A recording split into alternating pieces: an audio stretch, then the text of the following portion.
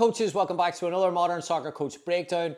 Whether you were a fan of the World Club Cup or not, I think there is something really unique about the recent Chelsea versus PSG game that I think can help coaches as they design their game models, particularly if they're a build-out team. There is no better high-pressing system in the world football today than PSG, and Chelsea had a unique solution against that high press. Now, normally against pressure, you've got three options. You can go around it, you can go through it, or you can go over it. The majority of training exercises today and training techniques and tactics are developed around going around or through, with using the keeper as a +1 in short passing. Chelsea used their keeper as a +1 for longer passing. They were really deliberate about the solutions, and I think that can challenge us, not only how we see the game in terms of the relationship between the defenders and the forwards, but also challenge training exercises to get goalkeepers confident and efficient in playing longer passes. Here's a quick breakdown. Please make sure you like and subscribe if you enjoy. Here we go. And coaches, if you want more breakdowns on attacking systems and build-up principles, please join us next Wednesday, July 23rd for a free webinar.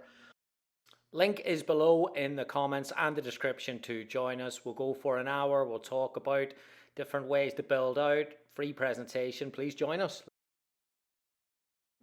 All right, so let's take a look at Chelsea. What they did a little bit different is that when they were in the build, it is quite natural for PSG to press aggressively. So here you can see Dembele going towards Robert Sanchez. And Robert Sanchez, instead of just panicking and kicking the ball long for the sake of it, he's very, very deliberate about his option here, about going over the press. But what makes it really interesting, I think this is why it's by design, is the time Robert Sanchez waited before he was pressured. So when Dembele is just on his way to press the ball, of course, the PSG defensive line is stepping along with the attackers. And this is whenever Robert Sanchez released the ball. And you can see there, Dembele is right on top in terms of making a challenge. And the ball just gets off. So it looks as if, hey, PSG were very, very close to winning the ball.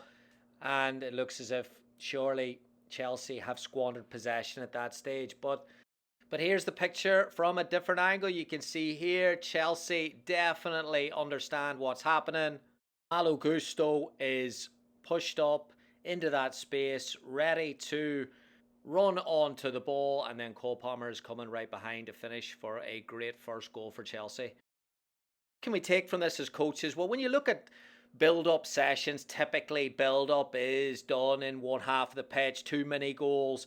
And when teams are working with this here, yes, the goalkeeper might be involved, but the goalkeeper doesn't necessarily get to practice that range of passing, and the team who are building never really get to connect the dots between goalkeeper and forward player. So is this exercise limited in the modern game?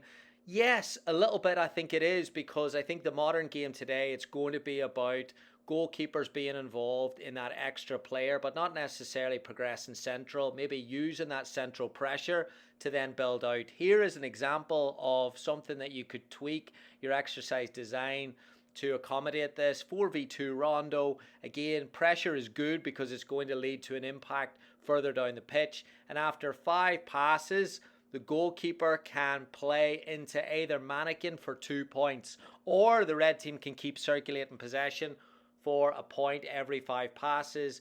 If the blue team win the ball back, they can score 2 points on the transition. So it does both in terms of possession and range of passing. Again, just a little exercise that can change the picture from possession to keep the ball in a grid versus possession to work the opponents, create a movement from the opposition, and then exploit space in a higher area of the field. So again, getting the goalkeeper repetition, not just in kicking the ball, but actually having accuracy with long range passing. So being comfortable with pressure, reading pressure, and if you make a mistake, again, keep the game fun, high tempo, allow the opposition to score in transition, or allow the opposition to have a chance in transition. But I think this exercise could be the progression of where rondos are at these days. It's not just about keeping the ball inside a zone. It's about understanding what pressure is inside the zone and how intense that pressure is, and where the space is going to open up if that pressure is intense. I think it's so important today that the goalkeepers feel that defensive pressure like Sanchez did when they are playing those long diagonal balls or long vertical balls high up the pitch.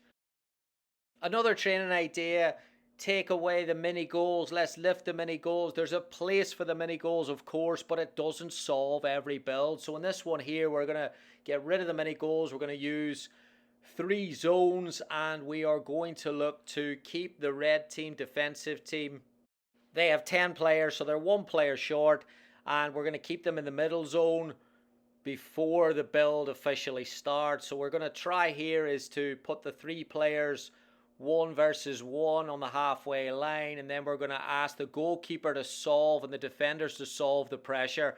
Sometimes build out exercises tell the goalkeeper what type of pressure that's going to be, and sometimes it's not as challenging. So in this one here, we're going to really encourage the red team to press, and then if the goalkeeper feels as if there's a solution in the build, then go for it. But if the goalkeeper figures out that maybe it's going to open up space somewhere else, then can we work on that relationship between the goalkeeper and the attacking player? Might be a ball into feet, or as Sanchez showed, might be a ball over the top, and there might be a duel involved, and it might not be as clean as a build, but I think this is becoming really, really important in the elite game. Again, working on these concepts and then challenging players underneath.